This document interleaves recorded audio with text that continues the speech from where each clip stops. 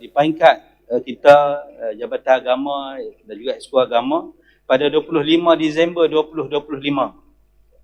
Kita mempengerusikan mesyuarat jawatankuasa pemandu kajian tapak perkuburan Islam Negeri Kedah yang diadakan di PTG untuk kita melihat perancangan ataupun keperluan kita kepada kubur-kubur yang sedia ada. Untuk makluman, di peringkat Pilihan Malaysia telah mengadakan kajian-kajian tentang kubur ni, dan antara dapatan yang dibuat di 3 daerah, Kuala Muda, Kota Stang dan juga Kulim.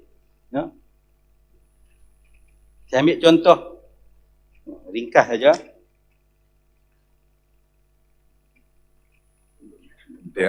Untuk daerah Kota Stang, semua keluasan kubur yang ada 69.99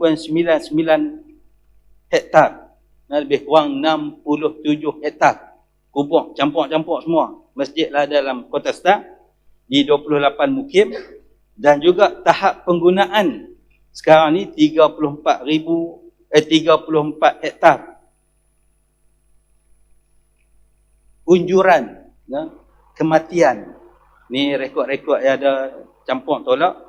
Bilangan kematian untuk Kota Stang setahun lebih kurang 3,263 orang. Jadi kalau ikut unjuran ni dengan keluasan yang ada, masih boleh 14 tahun lagi. Contoh.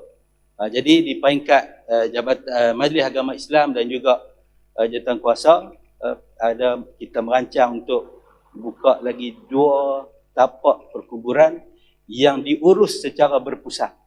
Kalau masjid urus kerana dia untuk ahli qaryah saja. Yang diurus secara berpusat, insya-Allah untuk Kota Stang dicadangkan 2 tempat.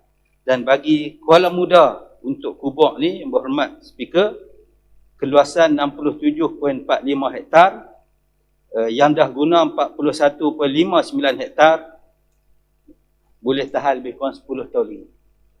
Dan di Kuala Muda juga ada cadangan untuk buka lagi yang dikenal pasti satu tempat, dan yang ketiga di Kulim.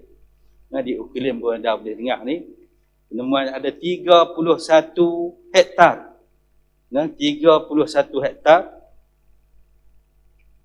17 yang dah guna, jadi boleh tahan lagi 9.7 tahun. Cuma Kulim ni nak cari tanah payah. Setakat ni masih lagi belum ada, dan kita melihat usaha daripada AJK Masjid pun duk main pejabat, duk habaq, duk kutip wakaf. Alhamdulillah benda tu berlaku, tapi di peringkat negeri juga kita nak bertanggungjawab untuk negeri kita juga merancang.